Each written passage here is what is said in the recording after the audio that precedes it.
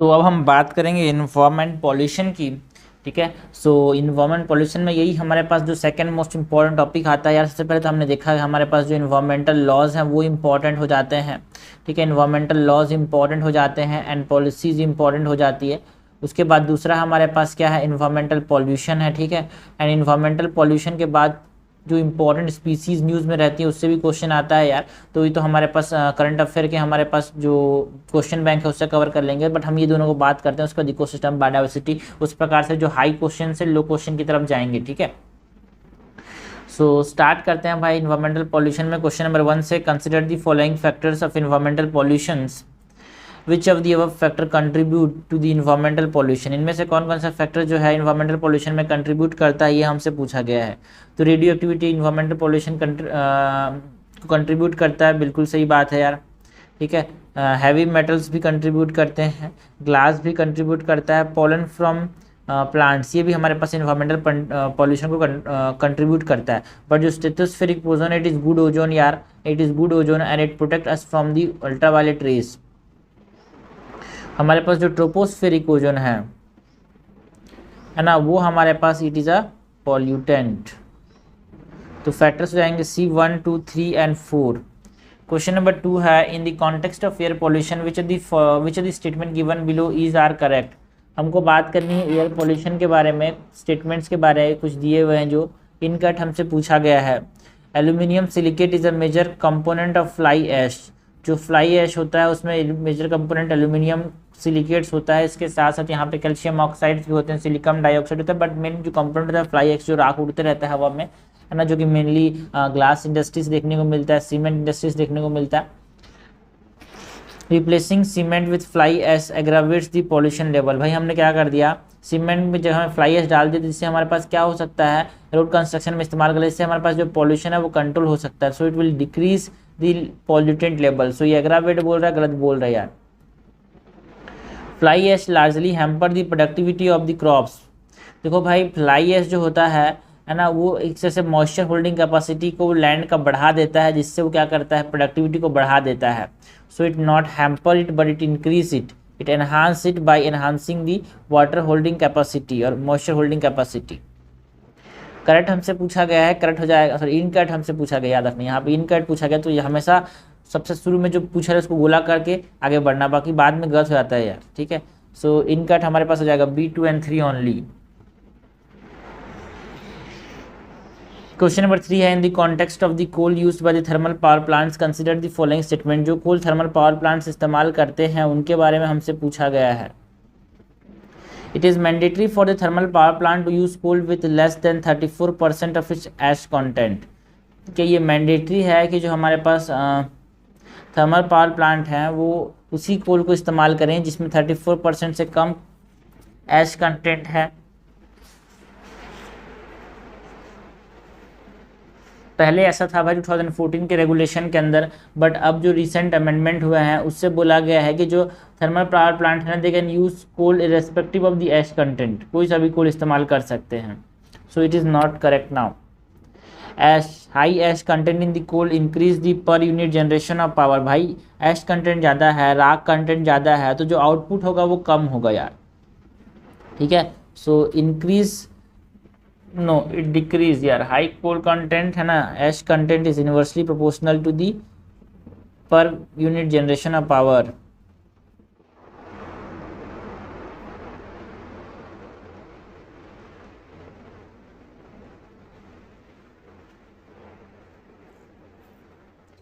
Okay, so हमसे third number का statement क्या बोल रहा है, कोई थर्ड स्टेटमेंट नहीं है, करेक्ट हमसे पूछा, करेक्ट कोई सा भी नहीं है भाई। आंसर क्या हो जाएगा, आंसर हो जाएगा D। क्वेश्चन नंबर 4 है, कंसिडर दी फॉलोइंग पेयर्स। कुछ टेक्नोलॉजी दिए हुए हैं एंड मेन टारगेटेड पॉल्यूटेंट कौन से हैं, ये हमसे पूछा गया है। तो फ्लू गैस डीसल्फराइजेशन, जो फ्लू गैस डीसल्फराइजेशन है वहाँ पे हम हाइड्रोजन सल्फाइड को जो पॉल्यूटेंट है उसको हम हटाने की बात करते हैं, उसको टारगेट कर रहे हैं कि इसको हटाना है। क्या ये सही है भाई, गलत है, because it is not sulphur hydrogen sulphide but it is sulphur dioxide, है ना। फ्लू गैस डीसल्फराइजेशन के अंदर हम सल्फर डाइऑक्साइड को टारगेट करते हैं, not hydrogen sulphide.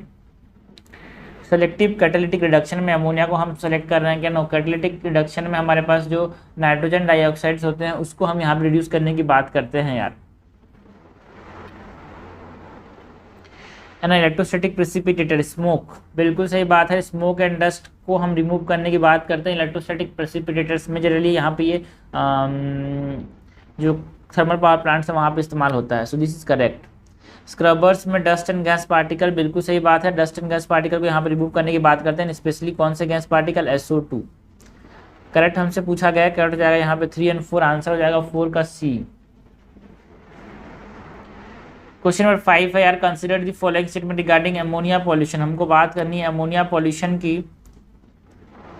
Higher temperature is responsible for reduction in the ammonia pollution. जो ammonia का जो पॉल्यूशन है, टेम्परेचर बढ़ने के साथ ये कम हो जाएगा क्या?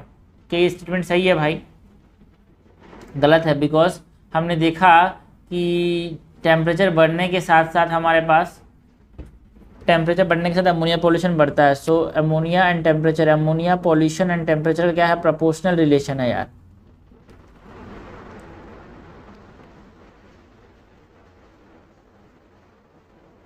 Okay, so this is incorrect. The Indus and the Indo-Gangetic Plain have recently been identified as the hotspot of ammonia pollution। हाँ देखो भाई, जो हमारे पास इंडो गंगेटिक प्लेन्स हैं वो हमारे पास हॉटस्पॉट आइडेंटिफाई किए गए हैं, नॉट द इंडस। ठीक है, तो इंडस के बारे में कोई भी मेंशन नहीं है। So this is incorrect. Increase precipitation aggravates the level of ammonia pollution in the environment. देखो भाई, प्रेसिपिटेशन मतलब ज़्यादा बारिश होने से क्या होता है, अमोनिया सेटल डाउन हो जाता है, जिसकी वजह से पोल्यूटेंट लेवल कम हो जाता है। So this is incorrect. ये तो हमने बोला प्रेसिपिटेशन एंड अमोनिया पॉल्यूशन का कैसे रिलेशन है भाई? इनवर्स रिलेशन है। तो इनकट पूछा भाई, इनकट तीनों है, आंसर हो जाएगा यहाँ पे D।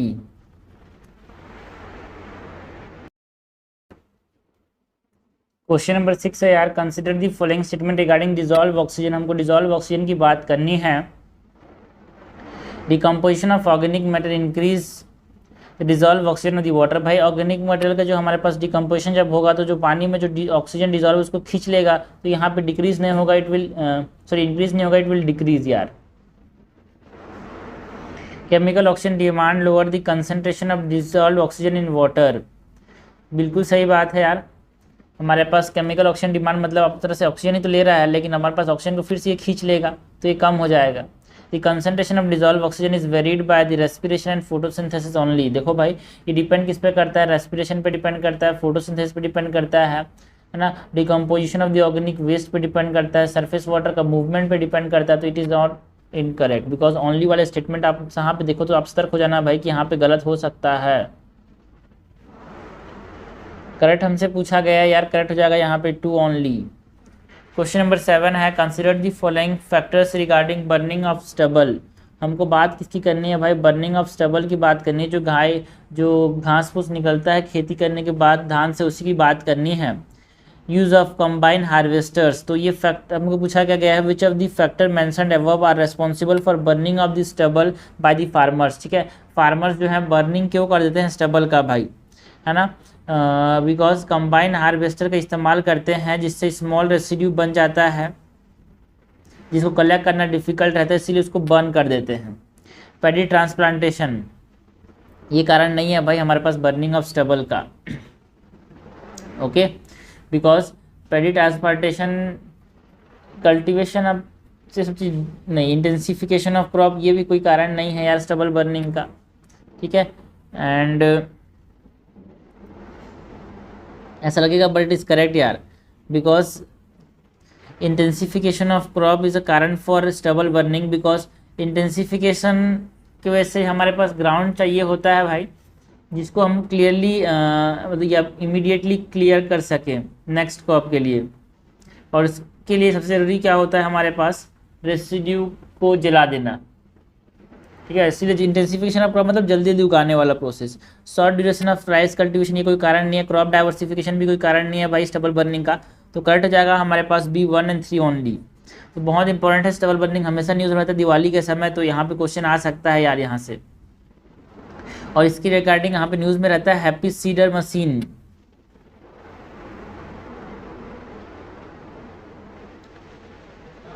ये एक ट्रैक्टर है भाई जिसमें हमारे पास डायरेक्ट सोइंग की जाती है वीट की या फिर राइस की, है ना, जिससे प्रोडक्टिविटी भी बढ़ेगी and prevent stubble burning. Question number 8 है consider the following statement with respect to bio remediation. Bio remediation का मतलब क्या समझते हैं भाई, है ना, एक बोल सकते हो कि माइक्रो ऑर्गेनिज्म की वजह से हम क्या कर रहे हैं, इन्वायरमेंटल पॉल्यूशन को कम करने की बात कर रहे हैं, है ना, इसको बोलते हैं बायो रिमीडिएशन। बायो रिमीडिएशन के अंदर बहुत सारी टेक्नोलॉजी आती है, लाइक बायो ऑगमेंटेशन, है ना, एंड बहुत सारी टेक्नोलॉजी बायो रिमीडिएशन के अंदर, ठीक है। तो bio augmentation is an ex situ bio remediation technique that enhance the degradation process. देखो भाई बायो ऑगमेंटेशन जो है ना, वो क्या है भाई, एक्सी2 कंजर्वेशन है क्या, और एक्सी2 बायो रिमीडिएशन टेक्निक है जिससे डिग्रेडेशन प्रोसेस को हम एनहांस कर देते हैं। नो इट इज़ नॉट एक्सी2, इट इज़ इन-सिटू। जहाँ पे वो कचरा है वहीं पे हम इसको साफ कर रहे हैं माइक्रोनिज्म ला के, so this is incorrect. Okay, bio remediation work efficiently on all kinds of degradable and non degradable waste. सारे के सारे नहीं भाई, ये सिर्फ किस पे काम करता है भाई, जो डिग्रेडेबल वेस्ट होते हैं उसी पे काम करता है, नॉन डिग्रेडेबल पे काम नहीं करता, only degradable. Okay, so correct हमसे पूछा गया है यार, करेक्ट क्या हो जाएगा, करेक्ट तो कोई सा भी नहीं है, आंसर हो जाएगा नाइदर 1 नॉर 2, ठीक है।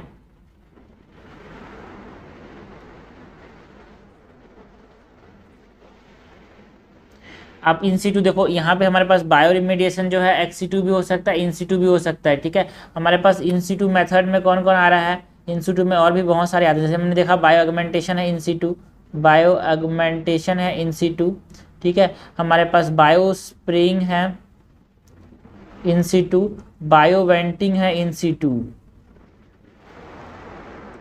क्वेश्चन नंबर 9 है कंसिडर दी फॉलोइंग स्टेटमेंट। हमसे क्या पूछा गया है, करेक्ट पूछा गया है। Instances of acid rain are found in mountainous region with in और विथ थिन सॉइल। जहाँ पे थिन सॉइल होता है, मतलब थिन सॉइल होता है, वहाँ पे एसिड रेन होता है क्या माउंटेनियस रीजन में। देखो भाई जनरली जो हमारे पास है ना, ये जो है ना, जो एसिड रेन है ना, वो जनरली कहाँ पाया जाता है, इंडस्ट्रियलाइज एरिया में पाया जाता है, बट माउंटेनियस रीजन में भी पाया सकता है जहाँ पे ह्यूज रेनफॉल हो, ठीक है। सो नॉट फाउंड बोल रहा है कि गलत बोल रहा है भाई, it is also found in the mountainous region with thin soil. To qualify for acid rain the pH value of the rain water must be less than 2। ना भाई ना, अगर एसिड रेन कब बोलेंगे, जब पीएच है वो लेस देन 5.6 है, तो दिस इज इनकरेक्ट। हमसे करेक्ट पूछा, करेक्ट तो कोई सा भी नहीं है। क्वेश्चन नंबर 10 है यार, in the context of natural and anthropogenically acidified lake. हमको बात करनी है natural and anthropogenic acidified lake की। Consider the following statement. Natural and anthropogenic acidified lake की बात करनी है, हमसे करेक्ट पूछा गया है। The concentration of dissolve carbon is high in former while low in latter. मतलब फॉर्मर मतलब जो नेचुरल है उसमें हमारे पास डिजॉल्व ऑक्सीजन कम होता है क्या, और ऐसा बोल रहा है ज़्यादा होता है क्या, सॉरी डिजॉल्व, नेचुरल में डिजॉल्व ऑक्सीजन ज़्यादा होगा नेचुरल में, एंड हमारे पास एंथ्रोपोजेनिक में कम होगा, ऐसा बोल रहा है क्या ये। बिल्कुल सही बात है, नेचुरल में डिजॉल्व ऑक्सीजन ज़्यादा होता है, एंथ्रोपोजेनिक के लिए एसिडिफाइड में हमारे पास क्या होता है, डिजॉल्व ऑक्सीजन कम होता है। The transparency of water is lower in case of naturally acidified lakes. देखो भाई जो नेचुरली एसिडिफाइड लेक होते हैं उसमें ट्रांसपेरेंसी का कम होती है भाई, बिल्कुल सही बात है, थोड़ा कंफ्यूज मत होना। जहाँ पे डिजॉल्व ऑक्सीजन ज़्यादा है वहाँ पे ट्रांसपेरेंसी ज़्यादा, वैसे जरूरी नहीं है, ये जनरली ब्राउनिश होते हैं यार। जो नेचुरली हमारे पास जो एसिडिफाइड लेक होते हैं जनरली येलोइश एंड ब्राउनिश होते हैं। आप देखना अपने आसपास के तालाब में जो पीला पीला या फिर ग्रीनिश दिखता है ना, वो ब्राउनिश जो दिखते हैं वो हमारे पास नेचुरली एसिडिफाइड लेक होते हैं, वहाँ पर डिजॉल्व ऑक्सीजन ज़्यादा है as compare to the anthropogenically acidified lakes. Both are very well buffered and are abundant with different species and rich aquatic life. क्या दोनों में रिच एक्वेटिक लाइफ होता है यार। देखो भाई नेचुरली एसिडिफाइड लेक जो है वो वेल बफर्ड होता है, बट हमारे पास जो एंथ्रोपोजेनिकली एसिडिफाइड लेक होता है वहाँ पे बहुत कम स्पीसीज होते हैं, क्योंकि बहुत कम ऑक्सीजन वहाँ पे अवेलेबल है यार, ठीक है। सो नेचुरल में अबंडेंट स्पीसीज, बट एंथ्रोपोजेनिक में less abundant. This is incorrect. हमसे करेक्ट पूछा गया, करेक्ट जाएगा A 1 and 2 only. Question number 11 है यार, consider the following statement, parthenocarpic fruits are produce without the formation of seeds. तो बिल्कुल सही बात है यार, जो पार्थिनोकार्पिक फ्रूट्स होते हैं जैसे कि बनाना हो गया, ग्रेप्स हो गया, ये ऐसे फ्रूट्स होते हैं बिना बीज बने ही मतलब बिना सीड के ही बन जाते हैं, without the formation of seeds. Okay, example के तौर पे हमारे पास बनाना हो गया, कुकुम्बर हो गया, ग्रेप्स हो गया। This is correct. Both alcoholic and non alcoholic beverages compulsory contain at least 1 hydroxyl group. ऐसा नहीं है कि भाई उनमें हमारे पास हाइड्रोक्सिल ग्रुप होना ही चाहिए, बिकॉज जो नॉन अल्कोहलिक प्रोडक्ट्स होते हैं उनमें हमारे पास अल्कलॉइड्स या फिर कैफीन होता है यार। तो ऐसा नहीं है कि अल्कोहलिक एज वेल एज जो नॉन अल्कोहलिक प्रोडक्ट है उनमें हाइड्रोक्सिल ग्रुप वाला होना ही चाहिए, है ना। बट जो अल्कोहलिक है उसमें हमारे पास एक ना एक हाइड्रोक्सिल ग्रुप कंटेनिंग चीज़ें होनी चाहिए। बट हमारे पास जो नॉन अल्कोहलिक है उसमें बिना हाइड्रोक्सिल ग्रुप के भी हमारी चीज़ें होती है, जैसे इसमें जनरली कैफीन होता है यार, अल्कलॉइड्स या फिर कैफीन होते हैं। करेक्ट हमसे पूछा गया है, करेक्ट क्या हो जाएगा यहाँ पे 1 ओनली। क्वेश्चन नंबर 12 है, consider the following pollutants, which of the pollutant given above are triggered with the acid rain and not directly associated with it. इनमें से कौन कौन से पॉल्यूटेंट जो है उसको ट्रिगर नहीं करता, है ना, एसिड रेन। क्या पूछा है भाई, which of the pollutant given above triggered with acid rain, मतलब इन पॉल्यूटेंट को ट्रिगर करता है acid rain and are not directly associated with it. Acid rain से आ जाते हैं बट इसके साथ एसोसिएटेड नहीं है, ऐसा हमसे पूछा जा रहा है। ठीक है, तो sulphur dioxide is associated with acid rain SO2 NO2। ठीक है, तो ये तो नहीं होगा, जहाँ पे पहला है उसको मैंने हटा दिया भाई, जब पहला है उसको हटा दिया। लीड जो है वो एसोसिएटेड नहीं है, एल्यूमिनियम हाइड एसोसिएटेड नहीं है ना। फॉस्फोरिक एसिड देखो भाई एक तरह से यह भी एसिड रेन के साथ एसोसिएटेड है। Methyl mercury not associated, cadmium is not associated, तो आंसर हो जाएगा यहाँ पे B. 2, 3, 5, 6 are not associated. Question number 13 है, which of the following are the likely consequences of aquatic organism if they increase the temperature in the water body. हमारे पास temperature बढ़ाने से जो कॉन्सिक्वेंसेज होंगे एक्वेटिक ऑर्गेनिज्म पे, उन पर क्या प्रभाव पड़ेगा अगर हमने टेम्परेचर को बढ़ा दिया, तो ये हमसे पूछा गया है ना। हमने क्या किया, टेम्परेचर बढ़ा दिया तो एक्वेटिक ऑर्गेनिज्म पे क्या होगा, उनका एंजाइमेटिक एक्टिविटी बढ़ जाएगा क्या, उनका एंजाइमेटिक एक्टिविटी बढ़ जाएगा क्या। गलत है भाई, बिकॉज डीनेचुरेशन हो जाएगा, एंड डीनेचुरेशन की वजह से एंजाइमेटिक एक्टिविटी क्या हो जाएगी भाई, कम हो जाएगी।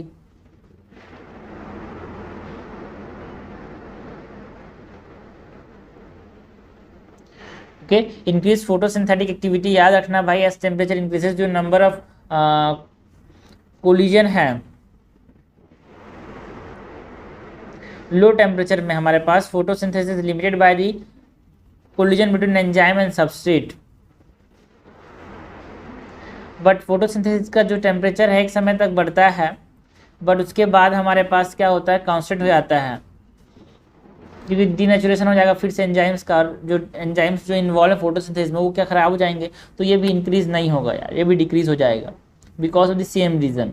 Increase metabolic rate of the organism, बिल्कुल सही बात है यार, टेम्परेचर बढ़ने से जो मेटाबॉलिक रेट है वो बढ़ जाएगा, उनके अंदर मेटाबॉलिज्म, है ना। Increase in the population of the blue green algae, बिल्कुल सही बात है, ब्लू ग्रीन एल्गी का जो पॉपुलेशन है वो बढ़ जाएगा यार। क्यों बढ़ जाएगा, बिकॉज टेम्परेचर जो होता है ना उनके लिए लिमिटिंग होता है, फोटोसिंथेसिस ज़्यादा हो जाएगा, एक तरीके से आप समझ सकते हो। ठीक है, तो चीज़ें कुछ चीज़ आपको समझनी नहीं होती, कुछ चीज़ आपको याद भी रखनी पड़ती है, बिकॉज हर चीज़ आप समझना ह्यूमैनिटीज़ वाले बैकग्राउंड को नहीं समझ आएगा। बट हाँ, चीज़ें ये है कि टेम्परेचर का increase in the population of unwanted blue green algae at the same time, ये क्या करेगा, जो ग्रीन एल्गी है उसको कम कर देगा। ठीक है, ब्लू ग्रीन एल्गी को बढ़ा देगा, ग्रीन एल्गी को कम कर देगा।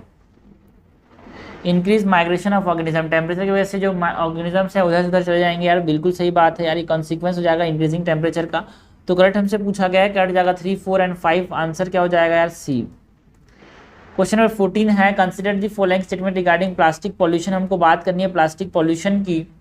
The ultraviolet light induce degradation of plastic is more pronounced on the land than in marine environment. जो अल्ट्रावायलेट इंड्यूस डिग्रेडेशन होता है प्लास्टिक का वो ज़्यादा प्रोनाउंस होता है क्या लैंड के अंदर इन देन इन मैराइन, मतलब आप समझना, प्लास्टिक सपोज पानी में है, प्लास्टिक सपोज लैंड में है, ठीक है, प्लास्टिक सपोज पानी में है, प्लास्टिक सपोज लैंड में है, तो ज़्यादा डिग्रेडेशन किसका होगा, जो लैंड है उसका कि जो पानी में है उसका। तो सिंपल सी बात है यार, जो पानी में है उसका कम होगा, एक तरह से प्रोटेक्टिव लेयर बन जाएगा ये। सो दिस इज करेक्ट, है ना। Plastic are traditionally considered as bio inert with no toxic effect on aquatic. क्या गलत बात बोलता है भाई, एक्वेटिक लाइफ पे डायरेक्टली कोई टॉक्सिक इफेक्ट नहीं होता यार इसका, है साफ साफ गलत है यार। हमने देखा है कि यहाँ पे बहुत ज़्यादा ये बिस्फिनॉल रिलीज करता है जो कि टॉक्सिक होता है एनिमल्स के लिए। सो दिस इज नॉट टॉक्सिक, बोल रहा गलत बोल रहा है यार। करेक्ट हमसे पूछा गया, कट जाएगा A1 ओनली। क्वेश्चन नंबर 15 है, कंसिडर दी फॉलोइंग पेयर। कुछ वेस्ट ट्रीटमेंट प्रोसेस दिए हुए हैं एंड उनके फीचर्स के साथ हमको जोड़ना है। सैनिटरी लैंडफिल्स में क्या लीचिंग होता है बे? देखो भाई, सैनिटरी लैंडफिल्स जो है ना, वो क्या करते हैं, यहाँ पे जो लीचिंग का जो प्रोसेस है उसको क्या करते हैं, रिड्यूस कर देते हैं।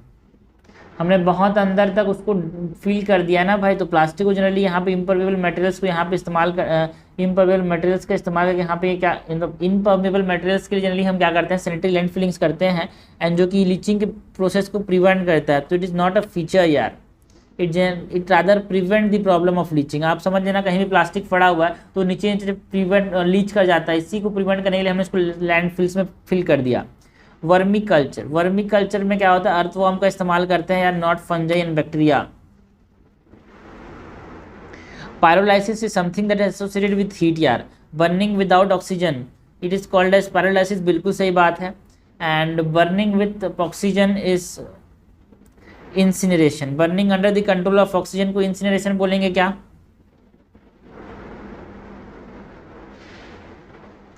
देखो जनरली ये है कि हाई टेम्परेचर में बर्न करना इज कॉल्ड एज इंसिनरेशन, ठीक है।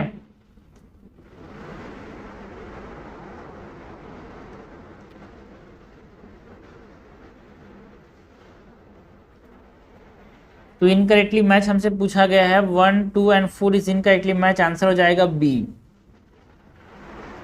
ठीक है। पैरालिसिस का मतलब हमेशा याद रखना, paralysis is the method of burning the material in the absence और कंट्रोल इन्वायरमेंट ऑफ ऑक्सीजन, ठीक है। एब्सेंस भी हो सकता है और कंट्रोल इन्वायरमेंट भी हो सकता है, दोनों जो है वो पैरालिसिस के लिए ही है। तो यहाँ पे बोल रहा है कंट्रोल इन्वायरमेंट, या फिर ये गलत बोल रहा है यार, ठीक है। तो इनडायरेक्ट इनकट हमारे पास क्या हो जाएगा, बी। क्वेश्चन नंबर 16 है यार, which of the statement given below is least appropriate in relation to composting. हमको कंपोस्टिंग की बात करनी है, उसमें लीस्ट अप्रोप्रिएट पूछा गया है। Composting is considered good for the growth of plant, क्या कंपोस्टिंग जो है वो गुड है भाई ग्रोथ ऑफ प्लांट के लिए? बिल्कुल बिल्कुल बिल्कुल सही बात है यार। Composting is the degradation of organic material और organic waste carried out by the microorganism, बिल्कुल सही बात है। Composting is done either in the absence of oxygen और under control level of oxygen. देखो भाई, कंपोस्टिंग होने के लिए है ना हमारे पास ऑक्सीजन का होना बहुत ज़रूरी है यार। तो ये बोल रहा है एब्सेंस बोल रहा है, फिर कंट्रोल मतलब थोड़ा सा कम, नो, अच्छा खासा ऑक्सीजन होना चाहिए। The moisture retaining capability of the soil is enhance post the composting, बिल्कुल साथ है यार। कंपोस्टिंग होने के बाद जो मॉइस्चर होल्डिंग कैपेसिटी है वो बढ़ जाता है, this is correct. Question number 17 है, consider the following statement regarding radiation. हमको बात इसी करनी है, रेडिएशन की बात करनी है। Gamma radiation is regarded as the most severe to human health, बिल्कुल सही बात है। गामा रेडिएशन जो है सबसे सीवियर है ह्यूमन हेल्थ के, है ना। Alpha is blocked by human skin, ठीक है। Beta however can penetrate the human skin but it is blocked by the glass या फिर मटेरियल, ग्लास या फिर मेटल। बट जो गामा है वो डीप इनटू द सेल पहुंच सकता है, it can damage cells, so it is the most severe to human health. Ultraviolet radiation are an example of short wave non ionizing radiation. देखो भाई, हमारे पास जो रेडियो वेव होता है लॉन्ग वेव होता है, एंड जो अल्ट्रावायलेट होता है शॉर्ट वेव होता है, नॉन आयोनाइजिंग होता है, ठीक है।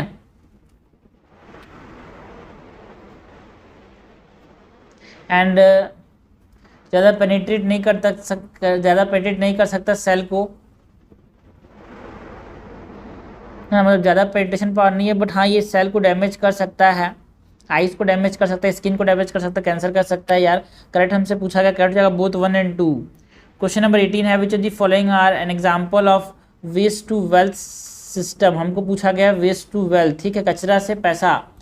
Mixing of ash residue in plasma arc gasification with cement, बिल्कुल सही बात है यार। हम प्लाज्मा आर्क गैसिफिकेशन के अंदर हम जब एश जो राख है उसको मिक्स कर देंगे तो सीमेंट एक प्रकार से हमारे पास बन सकता है। Paralysis oil obtain from the heating of the polymers, yes polymer के हीटिंग से जो पैरालिसिस ऑयल बन रहा है वो भी हमारे पास, इसको वेस्ट टू वेल्थ हम कन्वर्ट मतलब वेस्ट टू वेल्थ कह सकते हैं यार। And production of syn gas in biogas digesters, बिल्कुल सही बात है ना, वो भी हमारे पास उसको बाद में हम एनर्जी के फॉर्म में इस्तेमाल कर सकते हैं। सो बायोगैस डाइजेस्टर में लीव्स हो गया, ग्रासेस हो गए, उनको वेस्ट से बनता है ये। करेक्ट हमसे पूछा गया, करेक्ट हो जाएगा D 1 2 3। क्वेश्चन नंबर 19 है consider the following statement regarding the POPs that is persistent organic pollutants की बात करनी है।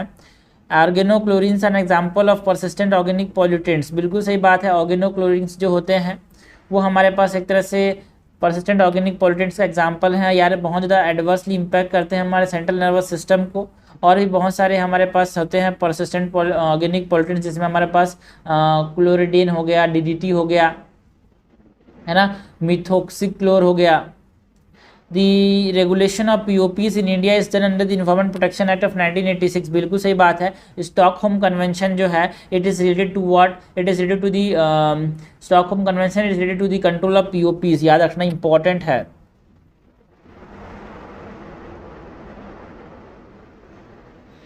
ओके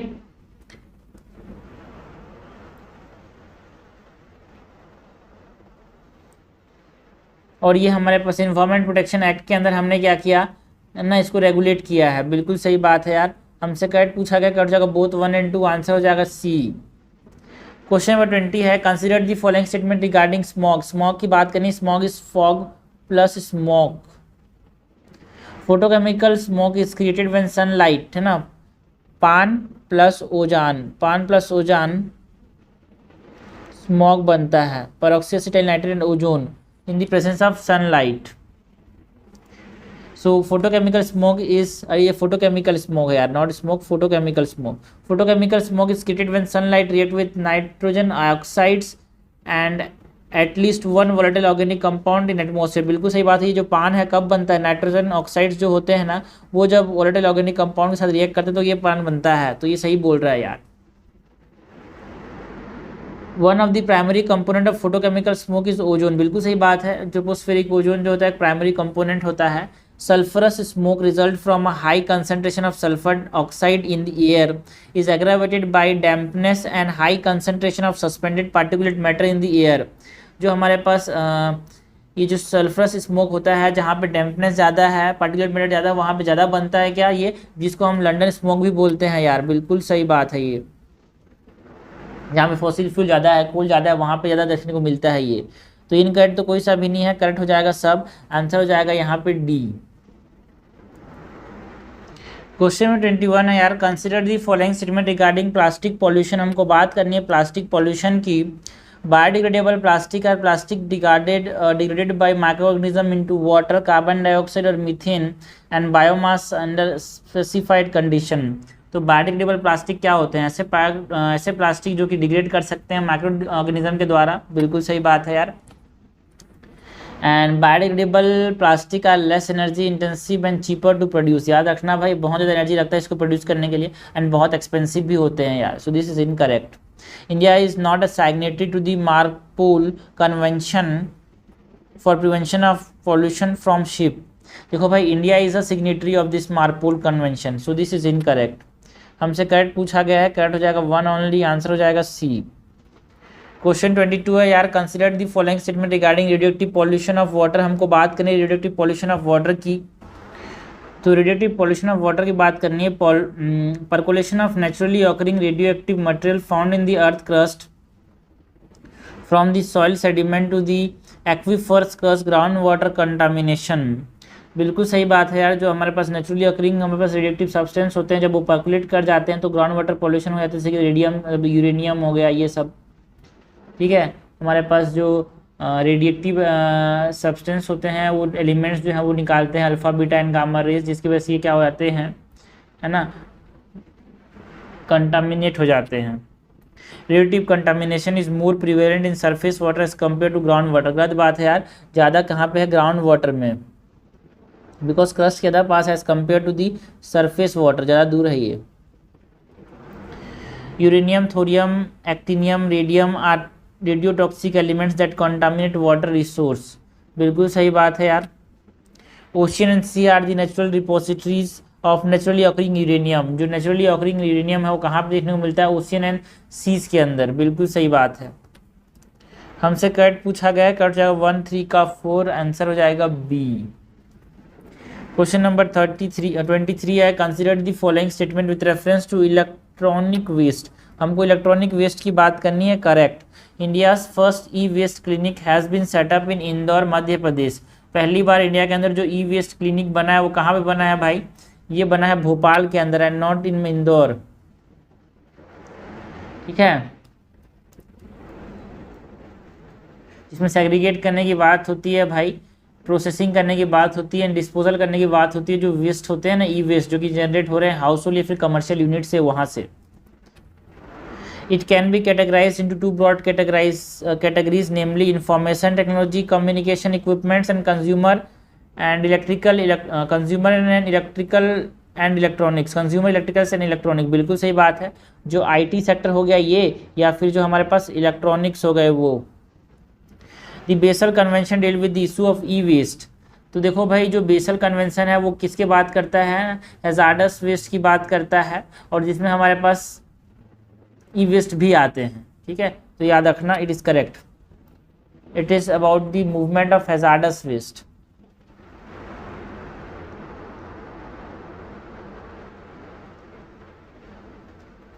और जिसके अंदर ई वेस्ट भी आते हैं। करेक्ट हमसे पूछा गया, करेक्ट हो जाएगा B2 and 3 only.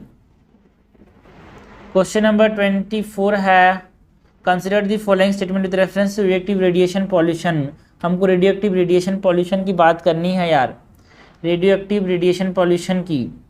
Non ionising radiation affect only those component who which absorb them and have low penetrability. मतलब जो नॉन आयोनाइजिंग रेडिएशन है वो उसी कंपोनेंट को मतलब डैमेज करते हैं जो कि एब्जॉर्ब करता है इनको। बिल्कुल सही बात है यार। जनरली स्किन को अफेक्ट करता है, उसके अंदर नहीं जा पाता, तो ये स्नो ब्लाइंडनेस कस करता है, इसको डैमेज कर सकता है ना। सो स्किन बर्न कर सकता है, बट ज़्यादा कुछ डैमेज नहीं कर सकता। ठीक है, सो लो पेनिट्रेबिलिटी होती है इसकी। तो ओनली को देख के यहाँ पे गलत मत समझ लेना इसको।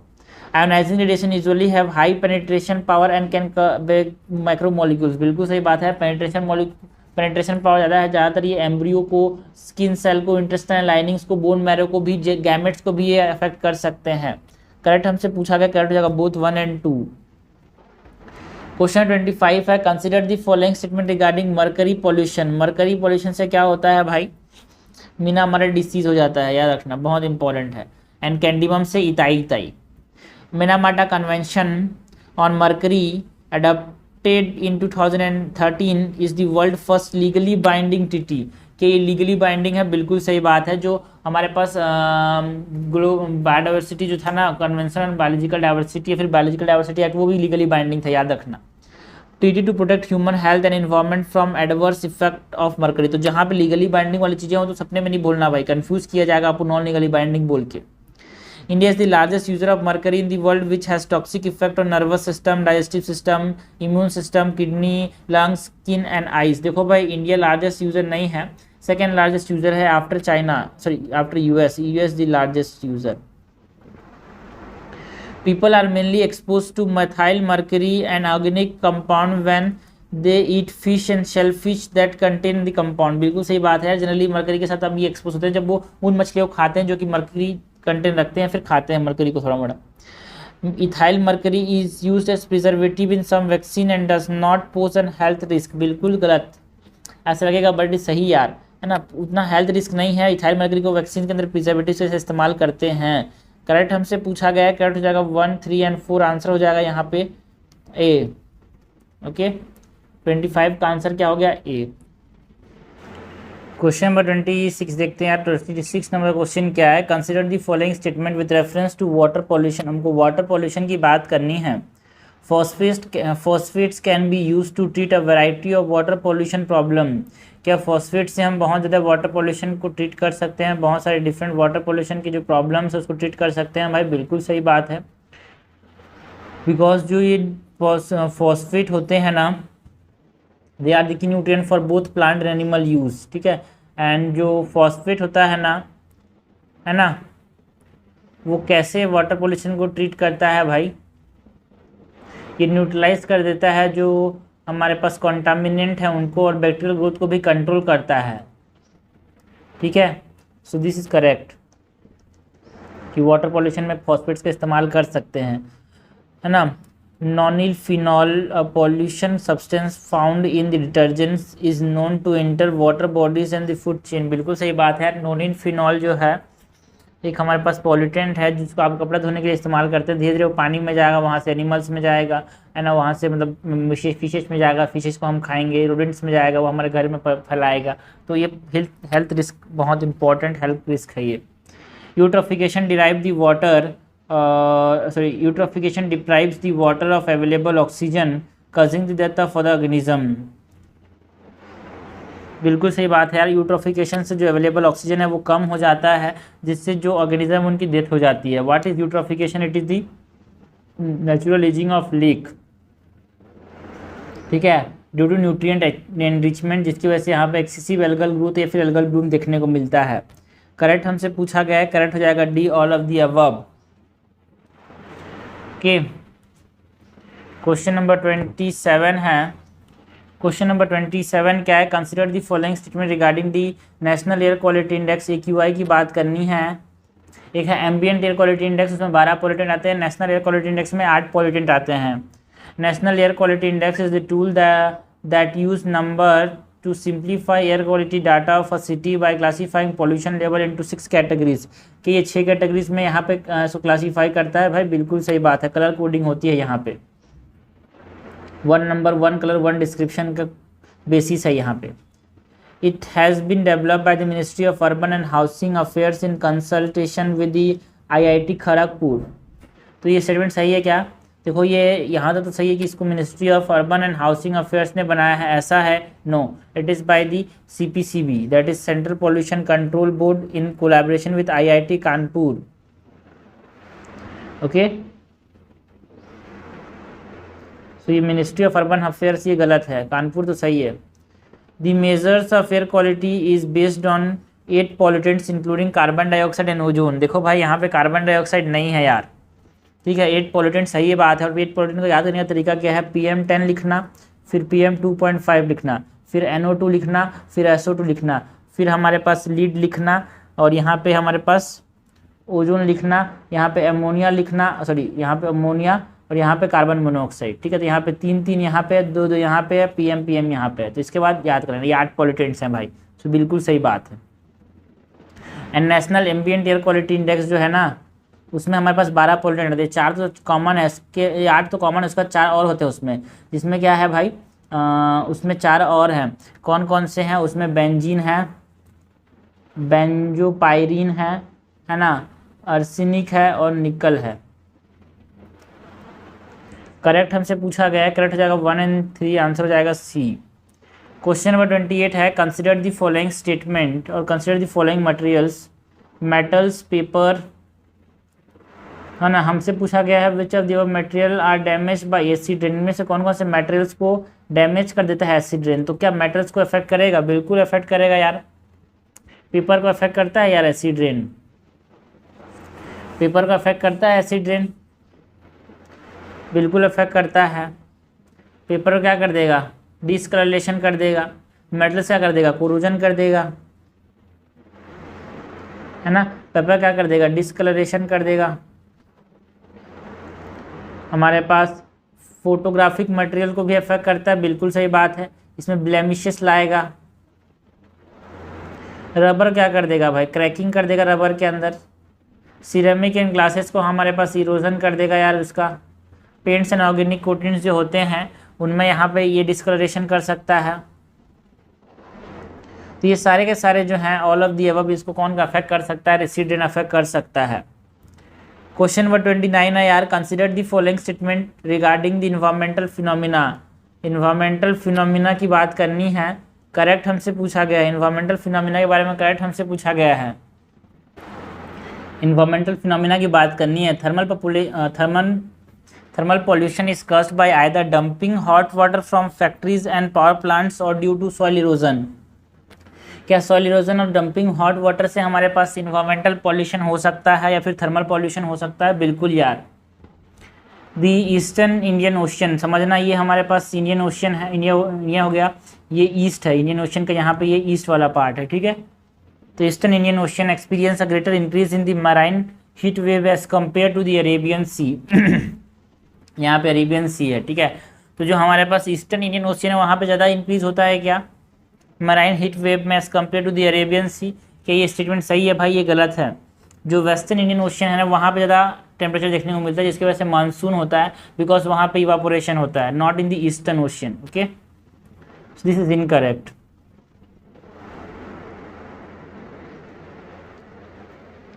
Marine heat wave led to coral bleaching, seagrass destruction, loss of kelp forest affecting fisheries sector adversely। बिल्कुल सही बात है, करेक्ट हमसे पूछा गया। 1 और 3 करेक्ट आंसर हो जाएगा बी। क्वेश्चन नंबर 30 है, consider the following statement with reference to electronic waste. हमको इलेक्ट्रॉनिक वेस्ट की बात करनी है। It only include the discarded and end of life electronic product used in IT, that is information and communication technology. कि देखो भाई, जहाँ पे भी ओनली स्टेटमेंट आ जाए वहाँ पे हमको सतर्क रहने की जरूरत है। ऐसा नहीं कि सिर्फ और सिर्फ ये इंड ऑफ इलेक्ट्रॉनिक प्रोडक्ट्स का इस्तेमाल होता है, मतलब उसी को इंक्लूड करता है। इसमें बहुत सारी चीज़ें आती है, जैसे कि प्लग्स आ गया, इलेक्ट्रिक कॉर्ड्स आ गए, ठीक है, प्लग्स आ गया, इलेक्ट्रिक कॉर्ड्स आ गए, बैटरीज आ गया।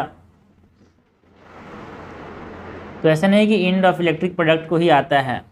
तो दिस इज इनकरेक्ट, है ना। बहुत सारे और भी आते हैं, जैसे कि अपने पास फ्रिजेस आ गए, स्मार्टफोन्स आ गए, लैपटॉप्स आ गए, है ना।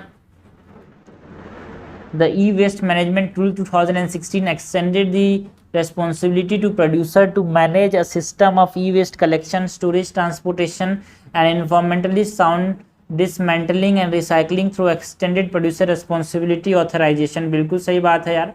ई वेस्ट मैनेजमेंट रूल्स ने एक्सटेंडेड प्रोड्यूसर रिस्पॉन्सिबिलिटी लाया था इसके अंदर हमारे पास इलेक्ट्रॉनिक वेस्ट में भी। थर्ड स्टेटमेंट है, the report title waste wise cities best practice in municipal solid waste management was published by CPCB and centre of science and environment. गलत बात है भाई, इसको पब्लिश किया था नीति आयोग ने, ठीक है। ये जो वेस्ट वाइज सिटीज वाला जो रिपोर्ट है ना, उसको पब्लिश किया था नीति आयोग ने, नॉट सीपीसीबी। इनकट हमसे पूछा गया है, इनकट हो जाएगा 1 और 3, आंसर हो जाएगा बी। ओके, क्वेश्चन नंबर 31 है, consider the following statement with reference to mercury pollution. हमको मरकरी पॉल्यूशन की बात करनी है। Mercury can be toxic and can cause damage to the nervous and immune system. क्या मरकरी टॉक्सिक हो सकता है, वो डैमेज कर सकता है नर्वस एंड इम्यून सिस्टम को? बिल्कुल सही बात है। कौन सा डिसीज होता है? Minamata disease. Okay, recently a binding agreement was signed at the meeting of the conference of parties to the Minamata Convention on Mercury, that is scope 4.2 to combat illegal trade in mercury। देखो भाई, हमारे पास it is a non binding declaration यार। ये जो था बिल्कुल convention हुआ है बाली के अंदर इंडोनेशिया में, है ना, वो हमारे पास जो ट्रीटी है ना वो बाइंडिंग नहीं है। तो हमको याद रखना कौन कौन सी चीज़ें बाइंडिंग है वो हमको समझना है, ठीक है। तो बाइंडिंग हमने देखा था कन्वेंशन ऑन बायोलॉजिकल डाइवर्सिटी, वो बाइंडिंग था, ठीक है। एंड जो मिनामाटा कन्वेंशन है वो बाइंडिंग है। ये जो स्कोप हुआ था इसके ऊपर वो बाइंडिंग नहीं था, है ना। The Minamata convention on mercury is a multilateral environment agreement that address specific human activities which are contributing to the wide spread mercury population बोलता हूँ, पॉल्यूशन। बिल्कुल सही बात है। ये जो हमारे पास मिनामाटा कन्वेंशन ऑन मर्करी है ना, इट इज़ बाइंडिंग यार, इट इज़ बाइंडिंग। एंड ये जो है ह्यूमन के द्वारा जो एक्टिविटीज़, ह्यूमन के द्वारा जो हमारे पास है ना एक्टिविटीज़ जो कि कंट्रीब्यूट कर रहे हैं चीज़ों में, वो यहाँ पे उसको एड्रेस करता है। करेक्ट हमसे पूछा गया है, करेक्ट हो जाएगा 1 और 3, आंसर हो जाएगा सी। क्वेश्चन नंबर 32 है which the following are the causes for deforestation. हमको पूछा गया है डिफॉरेस्टेशन के कारणों के बारे में बताना है। कॉज ऑफ डिफॉरेस्टेशन की बात करनी है तो slash and burn cultivation, simple सी बात है ना, जो जूम कल्टीवेशन एक तरह से है ना, शिफ्टिंग कल्टीवेशन, उसकी वजह से भी हमारे पास लॉस होता है फॉरेस्ट का।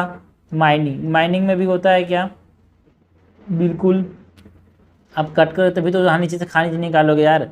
हाइड्रो इलेक्ट्रिक प्रोजेक्ट्स में हमारे पास देखने को मिलता है डूब जाता है बहुत ज़्यादा फॉरेस्ट, तो उसमें भी हमारे पास क्या देखने को मिलता है, ठीक है, वहाँ पे भी हमारे पास क्या देखने को मिलता है, एक प्रकार से डिफॉरेस्टेशन देखने को मिलता है। कम्युनिटी फॉरेस्ट्री, देखो कम्युनिटी फॉरेस्ट्री में मैनेज करने की बात है फॉरेस्ट रिसोर्स को, not about deforestation.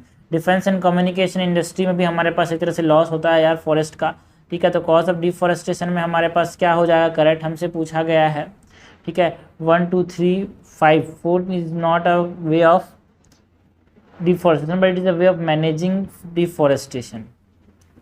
Question number 33 है which of the following are the effect of acid rain on environment. Effect की बात करनी है एसिड रेन का on environment.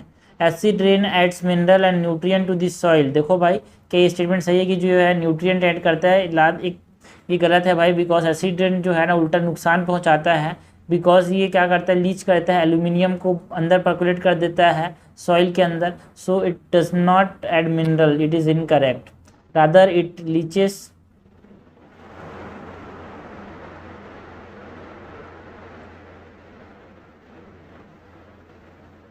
Aluminium in soil.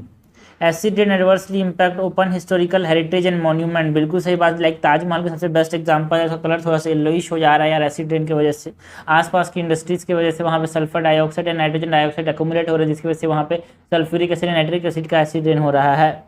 Acid rain can also impact coral vegetation and marine ecosystem, बिल्कुल सही बात है यार। Acid rain can cause ocean pH to rise. देखो भाई ओशन पीएच को, क्योंकि एसिड है तो पीएच कम होगा तो ओशन पीएच को लेस देन 7 करेगा, not rise, it make it acidic not alkaline, so this is incorrect. हमसे करेक्ट पूछा गया है, करेक्ट हो जाएगा B 2 and 3 only. Question number 34 है consider the following statement regarding the forest fire in India. हमको बात किसी करनी है फॉरेस्ट फायर की बात करनी है in India. Fire that burns organic material in the soil are called ground fire and they burn slowly under vegetation, है ना। ऐसे फायर जो कि ऑर्गेनिक मटेरियल को बर्न करते हैं उनको हम ग्राउंड फायर बोलते हैं क्या, और क्या ये स्लो होते हैं भाई, बिल्कुल स्लो होते हैं, ऑर्गेनिक फायर इनको बोलते हैं। Ground fire, sorry organic fire बोलता हूँ, ग्राउंड फायर इनको बोलते हैं। Ground fire burn quickly from one tree top to another and have huge flame with intense heat and are rare in India। कि ये रेयर हैं भाई, बिल्कुल रेयर हैं, बिकॉज ये ग्राउंड फायर जो होते हैं ना जनरली हमारे पास लाइक अमेजॉन फॉरेस्ट में देखने को मिलते हैं, ठीक है। और जो हमारे पास ये जो एग्जांपल ग्राउंड फायर का देखा जनरली ये हिमाचल प्रदेश के अंदर देखने को मिलता है।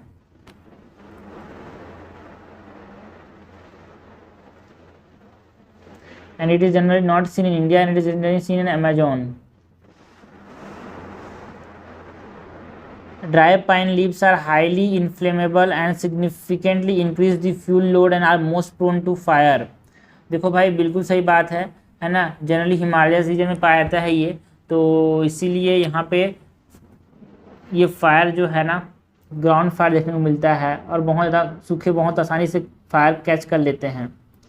According to the Forest Survey of India, based on the forest inventory record, 30% of the India's forests are prone to occasional fire.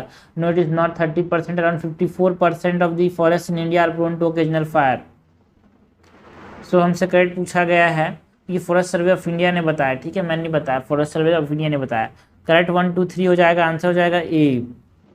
Question number 35 है consider the following statement regarding pollutants. हमको pollutants की बात करनी है। Biomagnification मैंने बताया भाई, increase in the concentration of pollutants over successive trophic level.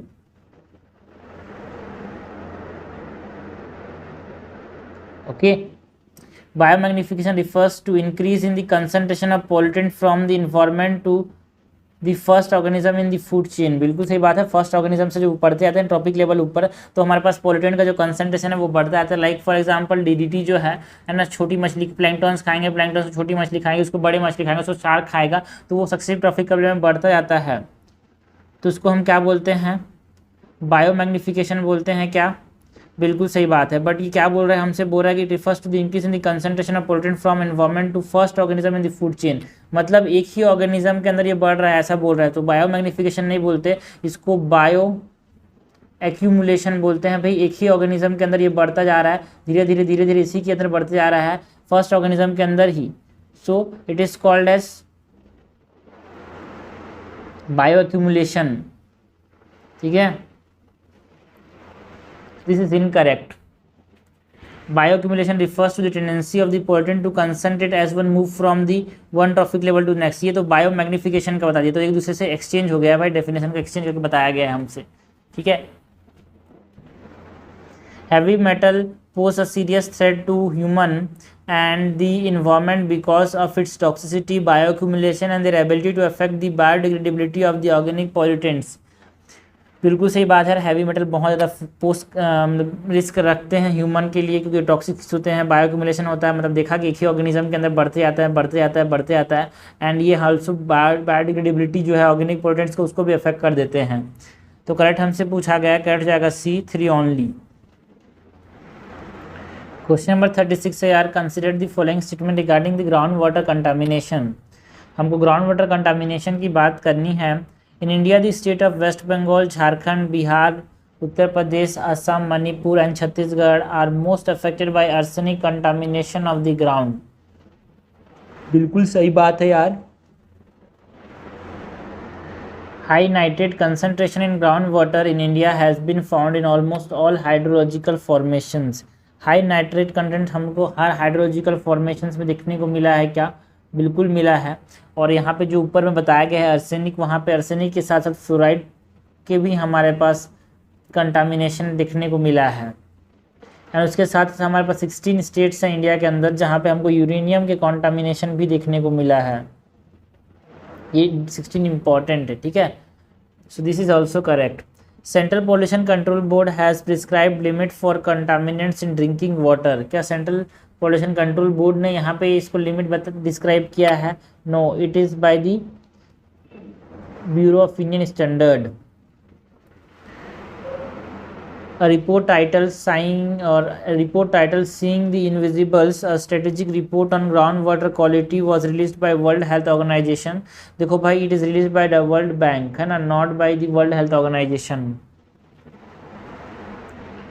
Correct हमसे पूछा गया, करेक्ट हो जाएगा 1 और 2, आंसर हो जाएगा यहाँ पे ए। क्वेश्चन नंबर 37 है यार, consider the following statement regarding the circulatory system of the plastic. हमको सर्कुलेटरी सिस्टम ऑफ प्लास्टिक की बात करनी है। India has became the third Asian country to develop a plastic pact for building a circular system of plastic. क्या तीसरा country बना है भाई दुनिया में? नो, पहला ऐसा एशियन कंट्री बना है, not third, first Asian country बना है जिसने क्या किया, डेवलप किया एक circular system for plastic. Circular system का मतलब क्या है? Production and consumption which involve sharing, leasing, reusing, repairing, refurbishing, recycling. इसको बोलते हैं हम लोग cyclical system of plastic. Okay, circular economy is a model of production and consumption which involve sharing, leasing, reusing, repairing, refurbishing, recycling existing material and product as long as possible. बिल्कुल सही बात। जैसे कि आपने बाल्टी, आपकी बाल्टी में छेद हो गया, आपने उसको डस्टबिन बना लिया। The India Plastic Pact was launched as a collaboration between Worldwide Fund for Nature India and Confederation of Indian Industry। बिल्कुल सही बात है यार। जो इंडिया प्लास्टिक पैक्ट है उसको WWF एंड CII ने मिलकर लॉन्च किया है। करेक्ट हमसे पूछा गया, करेक्ट हो जाएगा तीनों, आंसर हो जाएगा 37 का सी।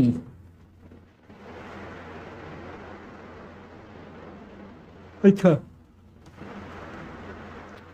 फर्स्ट रीजन करेक्ट ना, it is not third, India is not third country, it is the first country. तो हमसे करेक्ट पूछा गया, करेक्ट हो जाएगा ए, 2 और 3 ओनली। क्वेश्चन नंबर 38 है यार, consider the following statement regarding the environmental impact of sand mining. हमको इन्वायरमेंटल इम्पैक्ट की बात करनी है सैंड माइनिंग की। Sand act as a natural carpet removal of the layer lead to the down stream erosion. जो sand है वो हमारे पास एक नेचुरल कारपेट का काम करता है जिससे डाउन स्ट्रीम इरोजन नहीं होने देता भाई। बिल्कुल बिल्कुल बिल्कुल सही बात है।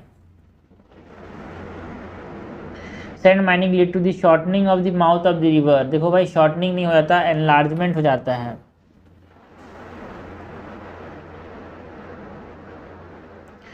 द लोकल वाटर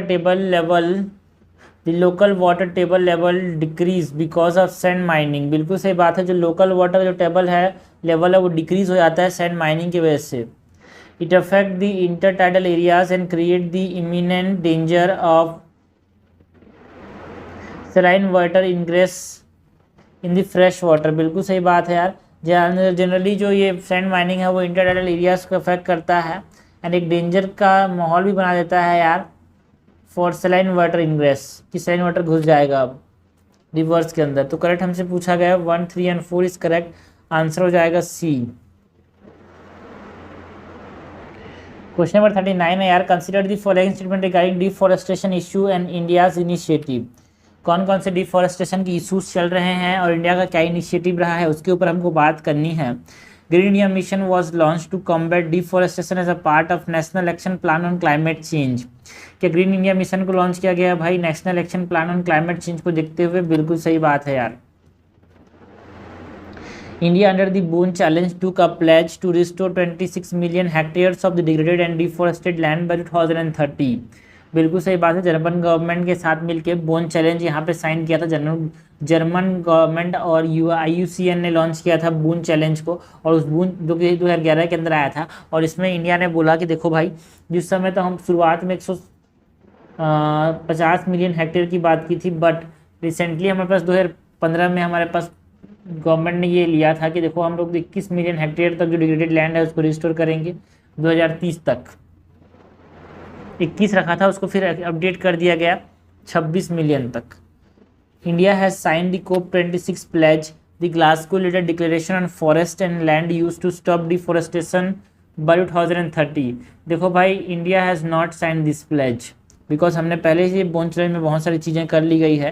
तो स्टॉप डिफॉरेस्टेशन 2030 इसको साइन नहीं किया है, इंडिया ने साइन नहीं किया है। करेक्ट हमसे पूछा गया है, करेक्ट हो जाएगा A, B, 1 and 2 only. Question number 40 है यार, consider the following statement is are correct regarding desertification. हमको डेजर्टिफिकेशन के बारे में करेक्ट पूछा गया है। Desertification of the north west India, ये हमारे पास इंडिया हो गया, तो ये नॉर्थ वेस्ट इंडिया है। Increased after the Green Revolution in 1960s, जब 1960s में ग्रीन रिवॉल्यूशन आया उसके बाद डेजर्टिफिकेशन बढ़ गया, बिल्कुल बढ़ गया, बिकॉज वहाँ पे जो फर्टिलाइजर्स हैं, जो पानी का खींचना है वो ज़्यादा हो गया। The southern states of India have not witness any significant increase in the desertification in the recent past. गलत बात है भाई, वहाँ पे भी हमारे पास डेजर्टिफिकेशन के इंस्टेंसेस देखने को मिले in the Andhra Pradesh, Karnataka, Telangana region, ठीक है। This is incorrect. India has hosted the conference of parties of the United Nations Conference to combat desertification only once since its infection। Yes, अभी तक जो है ना UNCCD का सिर्फ और सिर्फ एक ही हमारे पास कॉन्फ्रेंस को होस्ट किया है, वो भी 2019 के अंदर, जो कि कोप नंबर 14 था। दिस इज करेक्ट, हमसे करेक्ट पूछा गया है, करेक्ट हो जाएगा 1 एंड 3, आंसर हो जाएगा डी। क्वेश्चन नंबर 41 है यार, with reference to ocean acidification, हमको ओशन एसिडिफिकेशन की बात करनी है। Consider the following statement, correct बताना है भाई ओशन एसिडिफिकेशन के बारे में। The dissolve carbon dioxide in the sea water form carbonic acid which increase the pH। No भाई, एसिडिक चीज़ें बनेंगी तो pH क्या होगा, कम होगा यार, है ना।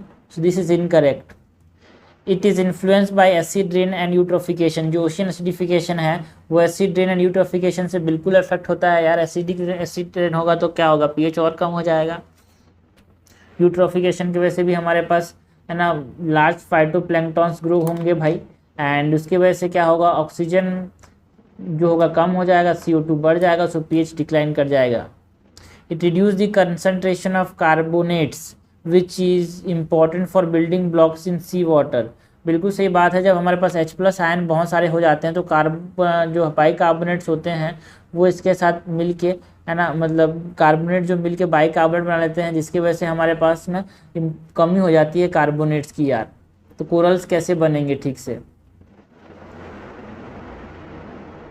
सो this is correct.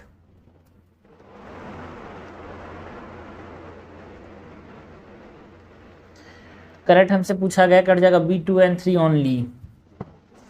Question number 42 है, consider the following statement regarding nitrogen pollution. हमको नाइट्रोजन पॉल्यूशन की बात करनी है, नाइट्रोजन पॉल्यूशन के बारे में करेक्ट बताना है। Nitrogen as a dominant gas in the atmosphere is inert but when it is released as a part of compound from agriculture, sewage and biological waste, it is considered as reactive. जो nitrogen है generally वो क्या होता है, inert होता है, but अगर agriculture से निकल रहा है, सीवेज से निकल रहा है, बायोलॉजिकल वेस्ट से निकल रहा है तो वो रिएक्टिव कहलाएगा। क्या? बिल्कुल सही बात है। तो 78% हमारे पास एटमॉस्फेयर में जो नाइट्रोजन है वो हमारे पास इनर्ट है यार, उतना रिएक्टिव नहीं है। लेकिन अगर यहाँ से निकल रहा है गंदगी से, सीवेज से, एग्रीकल्चर से, बायोलॉजिकल वेस्ट से, तो वो रिएक्टिव कहलाता है। Nitrous oxide is less potent than carbon dioxide at heating the atmosphere. गलत बात है भाई। Nitrous oxide N2O is 300 times more potent, 300 times more potent than carbon dioxide in heating the environment, है ना, ग्लोबल, मतलब जो ग्लोबल वार्मिंग है। So it is less potent बोल रहा है, गलत बोल रहा है यार। Gases such as ammonia and nitrogen dioxide contribute to poor air quality and can aggravate respiratory and health condition. बिल्कुल सही बात है, करेक्ट हमसे पूछा गया, करेक्ट जाएगा C1 and 3 ओनली। 43 है, which of the following factor contribute to eutrophication? What is eutrophication? Natural aging of the lake due to nutrient enrichment.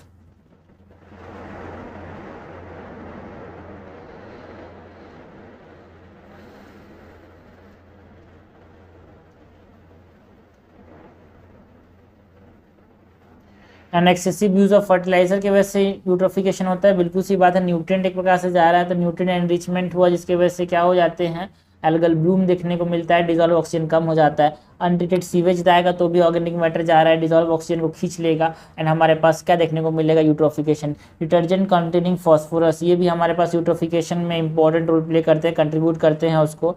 Discharge of industrial waste, yes ये भी। And release of carbon dioxide in the atmosphere, भाई carbon dioxide का release का कोई लेना देना नहीं है यहाँ पे यूट्रोफिकेशन से। करेक्ट हमसे पूछा गया 1 2 4 3 4, आंसर हो जाएगा डी। क्वेश्चन नंबर 44 है, consider the following statement regarding the banning of persistent organic pollutant POPs. तो पीओपीज के बारे में कौन सा कन्वेंशन है, स्टॉकहोम कन्वेंशन, मत भूलना भाई। बेसल कन्वेंशन जो है it is for hazardous movement, movement of hazardous waste. And hazardous waste में हमारे पास ई वेस्ट भी आता है, मैं रिवाइज करा रहा हूँ, ठीक है। एक है Nagoya protocol, Nagoya, and Nagoya protocol is for, है ना, sharing of genetic resource.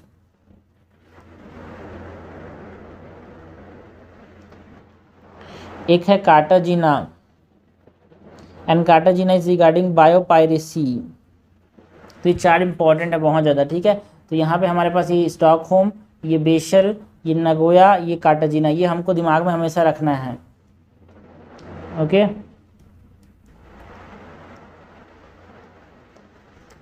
So Air Prevention Control of Pollution Act of 1991 regulation prohibit the POPs listed in the Stockholm Convention। तो स्टॉकहोम कन्वेंशन के अंदर जो हमारे पास air prevention control of pollution act, यहाँ पे इसको लिमिट करता है यार, नो, कौन सा है, इन्वायरमेंट प्रोटेक्शन एक्ट है 1986 का। The union minister of external affairs and the environment, forest and climate change have been given authority by the cabinet to ratify chemicals under the Stockholm Convention। Stockholm convention के अंदर बिल्कुल से याद है, जो union minister of external affairs है या फिर जो environment and forest climate change का जो मिनिस्टर है, उनको यहाँ पे अथॉरिटी दी गई है कि वो चेंज कर सकते हैं, जो मतलब रेटिफाई कर सकते हैं chemicals under the Stockholm convention. The process will enable India access to global environment facility, financial resources for updating the national implementation plan। बिल्कुल सही बात है। जो स्टॉकहोम कन्वेंशन है वहाँ बहुत सारे पॉल्यूटेंट मैटर्स के बारे में बताया गया है, पर्सिस्टेंट ऑर्गेनिक पॉल्यूटेंट्स के बारे में बताया गया है ना। तो उसको रेटिफाई करने का पावर किसको दिया गया है ना, एक्सटर्नल अफेयर्स मिनिस्टर्स को और इन्वायरमेंट मिनिस्टर को। हमसे करेक्ट पूछा गया, करेक्ट जाएगा 2 और 3, आंसर जाएगा 44 का बी। क्वेश्चन नंबर 45 है यार, consider the following statement about the classification of pollutants. हमको पॉल्यूटेंट्स को क्लासीफाई करना है। Qualitative pollutants are substances which are not normally present in the environment and are added by the human beings। जो qualitative pollutants होते हैं उसको human being add करते हैं क्या? बिल्कुल सही बात है यार। पॉल्यूटेंट्स हमारे पास 3 तरह के होते हैं, प्राइमरी पॉल्यूटेंट, सेकेंडरी पॉल्यूटेंट, ठीक है, quality pollutant and quantity pollutant, ठीक है। प्राइमरी पॉल्यूटेंट जो है उसको एमिट किया जाता है डायरेक्टली फ्रॉम द सोर्स, ठीक है, जैसे कि इन्वायरमेंट से निकलते हैं लाइक डीडीटी एंड प्लास्टिक। एक होता है primary pollutant, secondary pollutant, qualitative,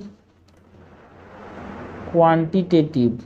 इसका एग्जांपल्स क्या हो गए हमारे पास? Release directly from the source,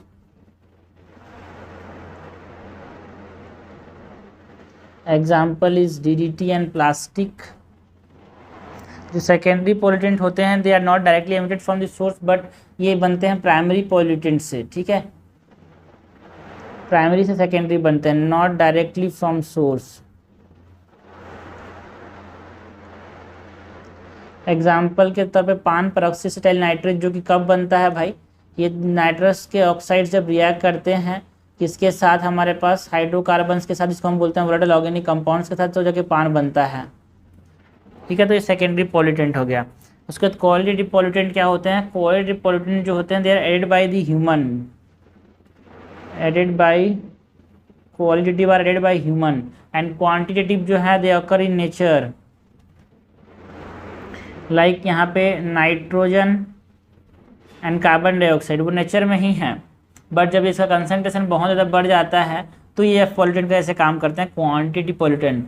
and quality pollutants का एग्जांपल है इंसेक्टिसाइड एंड पेस्टिसाइड। ये नेचुरली ऑकरिंग नहीं है भाई, बट हमारे द्वारा, ह्यूमन के द्वारा यहाँ पे इसको ऐड किए जाते हैं, तो ये हो गया भाई। तो quality pollutants are substance which are not normally present in the environment but added by the human beings. बिल्कुल सही बात है। एग्जाम्पल के तौर पे insecticides and pesticides. Quantitative pollutants substance which are already present in the environment but ये जब जाके पॉल्यूटेंट का काम करते हैं जब थ्रेशोल्ड से ऊपर चले जाते हैं। Example is nitrogen and carbon dioxide. Pollution and health metric global regional and country analysis report is released by the global alliance on health and pollution. बिल्कुल सही बात है यार। जो GAHP है, global alliance on health and pollution, उसने यहाँ पे pollution and health metrics release किया है। हमसे क्या पूछा गया है यार? करेक्ट पूछा गया, करेक्ट हो जाएगा D 1, 2 and 3।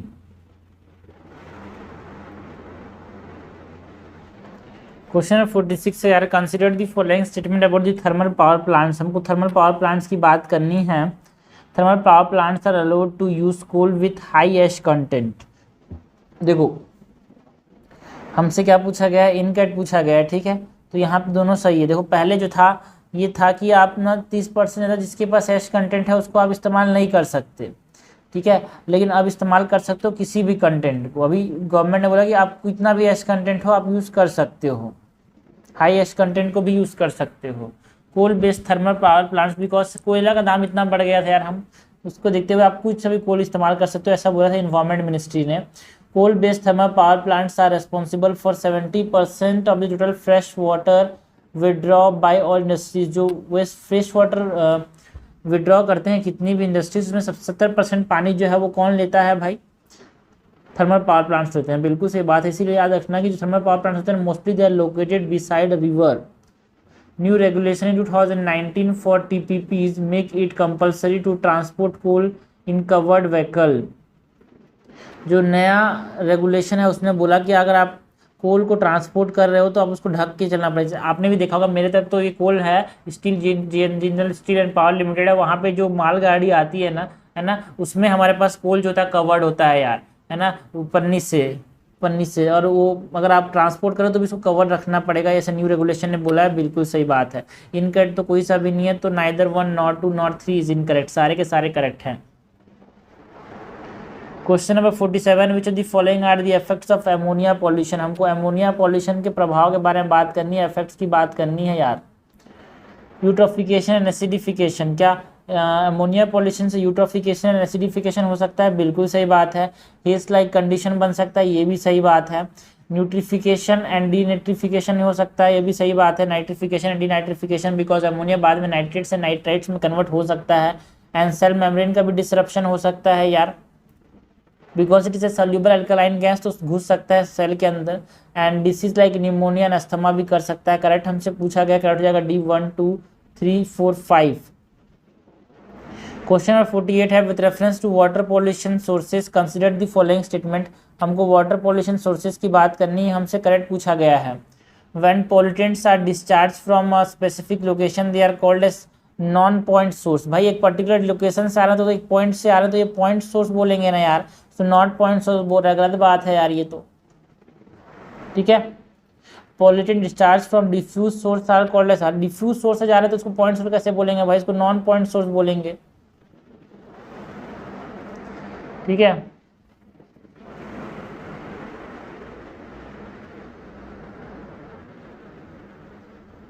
जैसे कि हमारे पास जो फर्टिलाइजर्स का रन ऑफ होता है वो बहुत जगह से आता है यार, एग्रीकल्चर फील्ड से, ग्रेजिंग लैंड से, कंस्ट्रक्शन साइट से, रोड से, स्ट्रीट से, तो ये नॉन पॉइंट सोर्स। तो करेक्ट तो कोई सा भी नहीं है, आंसर हो जाएगा D, neither one not two is correct.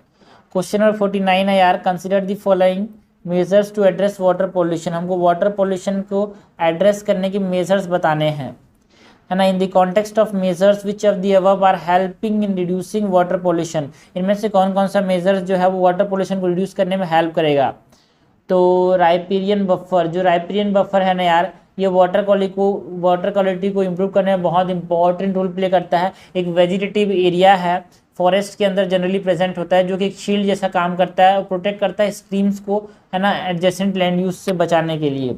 Water hyacinth बिल्कुल सही बात है यार, एक्वेटिक वीड है जिसको हम इन्वेजिव स्पीसीज भी बोलते हैं, टेरर बंगाल बोलते हैं। लेकिन ये है कि देखो भाई, जो वाटर हाइसिंथ है ना वो प्यूरिफाई करता है वाटर को by taking some toxic metal, toxic heavy metal या फिर मटेरियल्स को एब्जॉर्ब करके, तो इसको भी इस्तेमाल कर सकते हैं। ऑयल जैपर्स, बच्चे को पता है यार, ऑयल स्पिल्स को इस्तेमाल करने के बैक्टीरिया हैं जिनमें ऑयल्स को एब्जॉर्ब करके यहाँ पे उसको क्लियर करने में काम आता है, वाटर पॉल्यूशन को रिड्यूस करने में काम आएगा।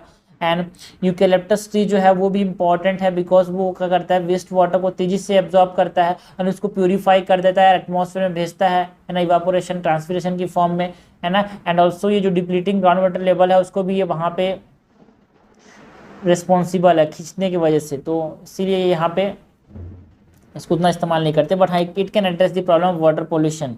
सो मेजर्स में डी हो जाएगा, सारे के सारे मेजर्स ले सकते हैं। लास्ट नंबर क्वेश्चन है 50 नंबर का, consider the following about in situ bioremediation method. मैंने बताया था भाई, इन सीटू में हमारे पास बायो वेंटिंग आता है ना, जो दी नेचुरल प्लेस जहाँ पे है ना बायो वेंटिंग है, बायो ऑगमेंटेशन है। ठीक है, तो हमारे पास हमसे इन सीटू के बारे में पूछा गया, तो ये हमारे पास पता होना चाहिए कि जो बायो स्प्रेजिंग है ना, composting is not an in situ method. ठीक है, bioremediation and bioremediation के अंदर bioventing and biosparging are the in situ method, जहाँ पे जो ओरिजिनल है ना, इसके साथ साथ यहाँ पे बायो ऑगमेंटेशन भी है, जहाँ पे हम क्या करते हैं, माइक्रो ऑर्गेनिज्म लाते हैं उस जगह में रख देते हैं माइक्रो ऑर्गेनिजम्स को, एंड उसके वो एनहांस हो जाता है। बायो वेंटिंग में क्या करते हैं, उसी जगह में हम सप्लाई ऑफ ऑक्सीजन एयर कर देते हैं, सप्लाई ऑफ एयर, जिससे वहाँ पे माइक्रोबियल ग्रोथ हो जाता है एंड वहाँ पे डिकंटामिनेशन होता है। बायो स्प्रेजिंग में क्या होता है, injection of the air under pressure to increase the ground water oxygen concentration. इसमें क्या करते हैं, इंक्रीज करते हैं ground water air concentration, ground water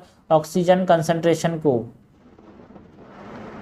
and oxygen concentration नीचे से जाएगा, सप्लाई करेंगे एयर इसमें। ठीक है, सो ये हमारे पास करेक्ट हो जाएगा, A1 and 3 are the in situ method. ठीक है, XC2 में हमारे पास क्या क्या आता है, लैंड फार्मिंग आ गया, ये XC2 हमारे पास, ये हमारे पास क्या है, XC2 मेथड है, आउटसाइड दी नेचुरल साइट। ठीक है, इसमें लैंड फार्मिंग आ गया, इसमें अपर के सॉइल लेयर को ट्रीट करते हैं हम लोग। ठीक है, उसको ले जाते हैं वहाँ से, और बायोपिल्स आ गए, this are XC2 bioremediation measures. Bioreactors आ गए, कंपोजिशन आ गया, जिसमें हमने क्या किया है ना, उसको लेके कहीं और जाके खाद बनाया यार। ठीक है ना, एक और क्वेश्चन है 51 नंबर, देखते हैं, माइको रिमीडिएशन। ठीक है, माइको में something that is related to fungus, mycoremediation is related to which of the following given below. तो it is a type of bioremediation which fungi is used. Generally हम bacteria का इस्तेमाल करते हैं भाई डिकॉन्टामिनेशन के लिए, लेकिन हम फंजाई का इस्तेमाल करें तो क्या बोलेंगे, bio mycoremediation. Fungi based remediation method है, जनरली ये चीप होता है बैक्टीरिया के मुकाबले। ठीक है, तो ये हमने देखा भाई, पॉल्यूशन की बात की हमने, इन्वायरमेंट पॉल्यूशन की। इसके बाद हम देखेंगे नेक्स्ट टॉपिक को। बट हाँ, पॉल्यूशन से हर साल क्वेश्चन आते हैं, इंपॉर्टेंट चीज़ हमको हमेशा दिमाग में रखनी है। इन्वायरमेंट में बहुत सा आसान टॉपिक है इन्वायरमेंट, बट हाँ क्वेश्चन बहुत ज़्यादा भी आते हैं, तो कम पड़ गया नंबर आने का यही सबसे अच्छा उपाय है, इन्वायरमेंट को अच्छे से कर लो यार।